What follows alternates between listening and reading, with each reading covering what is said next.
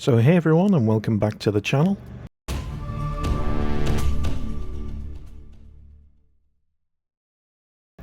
So welcome back folks, and we're just coming through Hornby, just past the castle entrance, just on my right. Nice lovely church there on the right too. And as you can see, it's a beautiful day out today. It's about 3 degrees, so not very warm, but we've got blue sky, and looking forward to heading up the Caton Road just now, up towards Kirby Lonsdale, go past Devil's Bridge, and then we're going to head up towards Sedbergh, where we'll turn left and go over the M6, over the tops down into Kendal, and then come round and follow the road round by Endmoor, back down to Lancashire again. So what's everyone been up to this week? Personally myself, I've just been working away and looking forward to getting out this weekend. There was a storm that hit yesterday to the UK, and luckily overnight it's cleared. We had 50-mile-an-hour winds overnight, but it's all blown away now. And now that we've got blue sky all around us, I thought I'd get out and make the most of it. So luckily also the roads have dried out overnight with the wind, which makes it nice, because I cleaned the bike yesterday morning, so it's all lovely and sparkling, and it'll save me giving it a wash when I get home after this ride.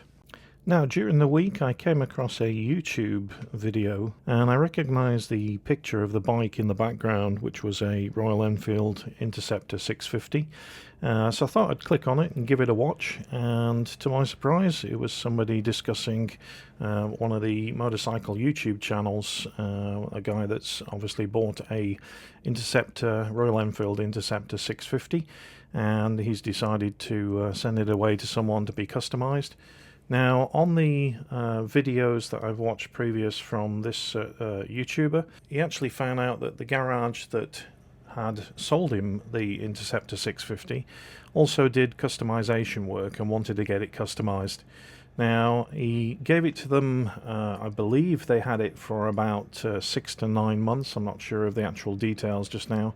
Now, that motorcycle that just came past me gave me a thumbs down, which means there's a police camera van just down in this village that we're approaching just now.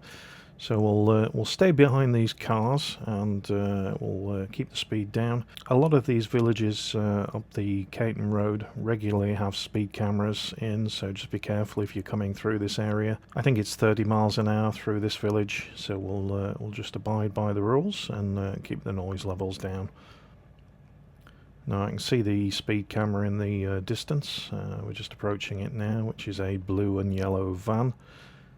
I think even these are not police anymore. I think they're private contractors that do this for the constabulary. So we'll just head past this guy just here. Got cameras in the rear and also in the front windscreen as well. Okay, back on to the story that I was telling. So, due to the COVID situation, and he had the bike returned to him, and then when he finally got them to take the bike back to do the work on the machine, they continued to work on the motorcycle and basically do it to what they wanted to do and not what the customer had asked. So the next video that I think went out was the reveal of the bike, and it was all covered up in the showroom. Him and his wife, I think it was, and the guy that owned the dealership uncovered the bike, and it wasn't really what he wanted, wasn't really what he asked for. So I'm really surprised that he took it away at that point. And following this, he did a video on the bike pointing out some of the things that he didn't like or hadn't been asked for, and it's just a real mess really. So he took it, or had it picked up again. They took it back and said they would rectify the bits that he didn't like and put it right. So this is rolling on now, time as it goes along. Already I think he'd paid £4,000 up front, was what they'd agreed on to customize this motorcycle, and then I think before he'd picked it up to obviously when it was in wraps and they unveiled it, they actually asked him for another £4,000, which he paid reluctantly. I wouldn't have paid it, and if you agree on a sum figure of £4,000 and you've paid that £4,000, why would you need to pay him another £4,000? So really doesn't add up in my mind, and I don't know why why he paid them the money. So then what happens is they've got the motorcycle back now. They've trying to put things right for him. Then he gets a call from a guy called Chris, which is the guy that owns the garage next door, which is a motorcycle shop and MOT station, saying that he's recovered the motorcycle from the Royal Enfield dealer. And this is because the Royal Enfield dealership has dissolved, gone bang basically. So what happened next was he went down to see the Chris guy who owns the MOT station and bike shop next door. This guy has obviously rescued the bike from the dealer. How he's got access to the bike before the people come in and start taking stuff out of the shop, I don't know. But since when I looked online at the address of the motorcycle, the Enfield dealership, it's actually the same address as the MOT station and bike shop next door. So my guess is that this guy would have rented this part of his facility or building off to the Enfield dealer.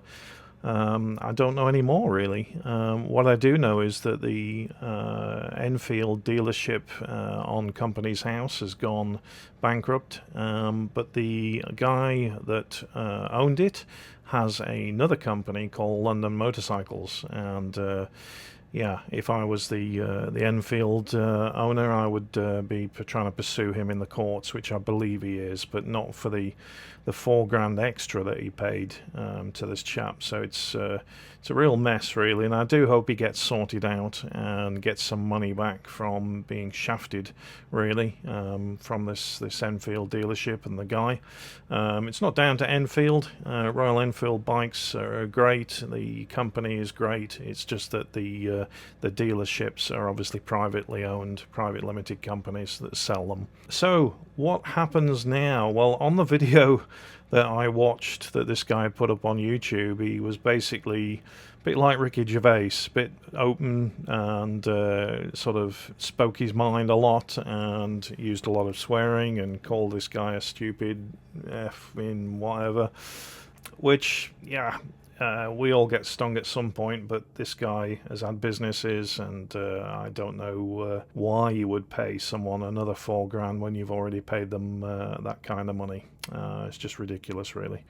So yeah, I'm keen to know obviously how this fathoms out and pans out, and to see whether he gets any of his money back, really. But yeah, it was quite comical that I saw that video up. I'm not going to put a link to it. You can find it on YouTube. So it's all very suspicious, and it just made me, in my weird sense of humour, chuckle in the week why you would do that. You just wouldn't pay somebody more money than you've agreed on. Now, the other thing you think of is the guy's paid £6,350, I think, for the Royal Enfield Interceptor 650 from the dealership, and then after that he's paid him $4,000 plus another $4,000, plus this other guy wants $2,500 to put everything right. So that's a total of £16,850 that he spent on trying to customize his Royal Enfield 650, and yeah, it looks a mess in my opinion. Now, if you'd have only gone to Triumph and got one of their limited edition, you know, something like a Thruxton, they do a really nice limited edition one now with a blue tank, and it's got Olin suspension, it's got Brembo brakes, it's got all of the top componentry on a bike, and I think that bike is probably £2,500 cheaper than what this guy spent so far on his Royal Enfield. So yeah, it's beyond me, and I don't know what to think of it all, really. Like I say, do hope he gets sorted out, but yeah, you need to beware. And also he has a Speed Twin, which he keeps harping on about how good that looks as a modern day classic. If only he'd have taken that to someone like Thornton 100, which are a real reputable customization company. Sadly, they only do Triumphs though, so he may have tried to take his Enfield to them. But yeah, those guys are really good. I highly praise them, and if you've not checked their YouTube channel out, Thornton 100, have a look at their custom Triumphs that they do. They're really, really bang on the money.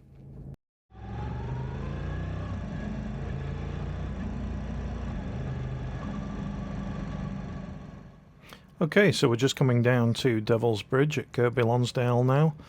Looks to be a few bikes here today. Very popular spot, very famous spot in Kirkby Lonsdale, just at the bridge, where you've got the tea van and an ice cream van. And in the summer days you can get hundreds and hundreds of motorcycles parked up here. It's motorcycle only parking on a Saturday and Sunday, and there's plenty of parking for everyone. Let's just see if there's many bikes here today. Yeah, seems like a few. But we're not going to be stopping today. We're going to be heading down this road. We're going to take this road all the way to Sedbergh. Just be careful on this road in winter. You do get a lot of crap in the middle of the road, as you can see just here. And it can be quite slippy. It's also a very popular road for cars as well as motorcycles, as we'll see just down the road here. So just be careful of cars. Keep on your own side of the road. Now, one of the things that I've been meaning to get for the Yamaha MT10SP is to aid with some of my trips and things that I'm going on in the summer months. So we've got a trip booked for the Isle of Man TT. I'll be leaving on the 5th till the 10th to go and see the main races, which will be nice. And that's in June, or the end of May to June, and looking forward to that. The thing that I've been meaning to get, actually, I do have a top box for the bike, and this is a Yamaha genuine one, which is the 39 litre. Now, as I mentioned in the previous videos, and I showed you, I took off the Yamaha rack because it was actually corroding, and refitted it with a SW Motec rack. The SW Motec rack and the carrier that I have for this one will only fit either a Givi or a Kappa top box. So I've ordered myself a Givi, I think it's a D30, so 30 litre Trekker, which is kind of a slimline one. I didn't want a new top box that was kind of as high as the other one, the original Yamaha one. Wanted to keep something a little bit smaller on the back there. It's full aluminium, so it's all metal, and it'll fit my camera gear in and do me fine. But on the top of the box is a couple of loops which will enable me to fasten my Wingman of the Road tent to, rolled up on the top, and then I can just put my 30 litre Oxford Aqua roll top bag on the back seat of the motorcycle, which will then set me up for touring mode, really. So looking forward to getting hold of that. I actually tried to order one from, I think it was Sports Bike Shop, and they'd only got the silver one in, which I actually ordered and wanted the black. So I've managed to find one of these in Spain, which is being shipped to me from MotoUK, and I think I'll have to pay a little bit of tax with it being in Europe and coming into the UK. Anything over £135, you have to pay the import duties on. So that's coming this week, and I'll show you that on the bike when it arrives. Okay, so we're in Sedbergh. The road is closed up ahead, so we'll just show you the tyre valve caps that a lovely guy called Sean has kindly sent me. These are in gold, and I think they match the forks of the bike really nice. So really big thank you, Sean, for sending us those.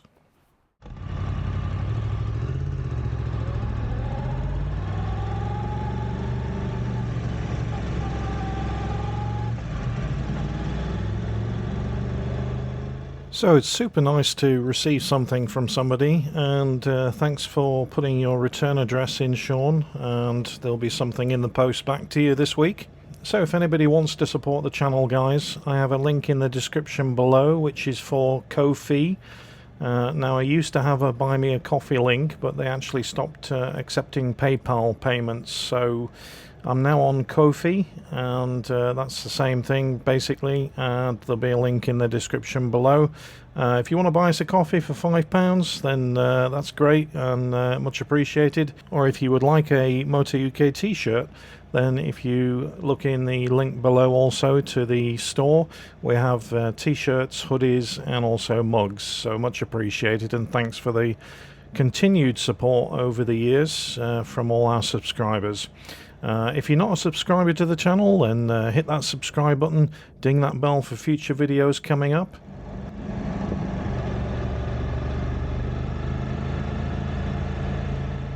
Now, I absolutely love this road. This is a real cracker of a road that sometimes gets forgotten. If you're heading to Sedbergh at all and you turn left and instead of going into Sedbergh come up over this road, this will take you down towards the M6. You'll cross over the M6 and then go up into the hills before you drop down towards Kendal town centre. Quite a fast road, flowing and sweeping around these corners, and it just goes up and down the hills. Road surface is pretty great too. Now, with the air temperature being very cold today, 3 degrees, I've got my RST heated gloves on, and I've got these set on the low setting, which are keeping my hands nice and toasty.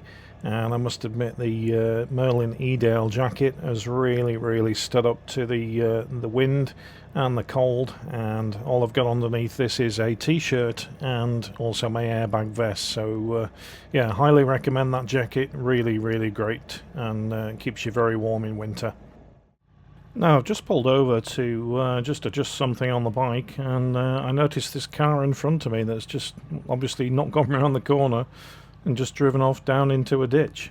No one inside it, but I presume the police have been out because it's got some police tape on the roof. Crazy. So this road just takes you down into Kendal now, and we're going to turn left a little bit further down the road and just cut through to the road that takes you up to Enmore. I'll show you that junction when we get to it.